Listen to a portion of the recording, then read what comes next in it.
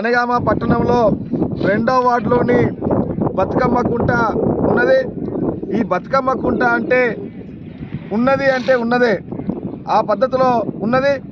ఈరోజు పాలిస్తున్నటువంటి ఎమ్మెల్యే కానీ, ఉన్నటువంటి చైర్మన్ కానీ, ఉన్నటువంటి కమిషనర్ కానీ వారికి ఈ కుంటకు సంబంధం లేదన్నట్టుగా పద్ధతిలో వ్యవహరిస్తున్నటువంటిది ఉన్నది. ఎందుకు ఈ మాట సిపిఎంగా అంటున్నామంటే, దసరా పోయిన తర్వాత కూడా ఇప్పటి వరకు ఈ పరిసర ప్రాంతాలను శుభ్రం చేసేటువంటి దుస్థితి లేదు అన్నటువంటిది అడుగుతూ ఉన్నాం.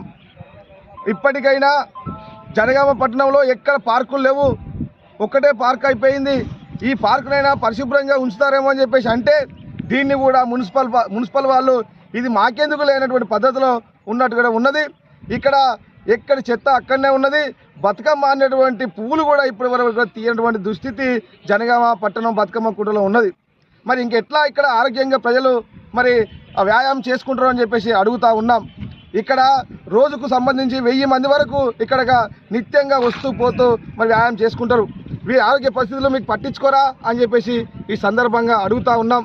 దాంతోపాటు ఇక్కడ సెక్యూరిటీని పెంచాలి, దాంతోపాటు ఇక్కడ ఉన్నటువంటి ఒక వాచ్మెన్ను పెట్టాలి, ఇక్కడ శుభ్రంగా ఉంచాలని చెప్పేసి ఈ సందర్భంగా సిపిఎం పార్టీ డిమాండ్ చేస్తూ ఉన్నాం. లేకపోతే రాబోయే రోజులలో మున్సిపల్ను ముట్టడి చేస్తామని చెప్పేసి, శుభ్రంగా కనుక ఉంచకపోతే ముట్టడి చేస్తామని చెప్పేసి ఈ సందర్భంగా మరి హెచ్చరిస్తూ ఈ యొక్క సమావేశాన్ని ఈ కార్యక్రమాన్ని ఉద్దేశించి సిపిఎం పార్టీ జిల్లా కమిటీ సభ్యులు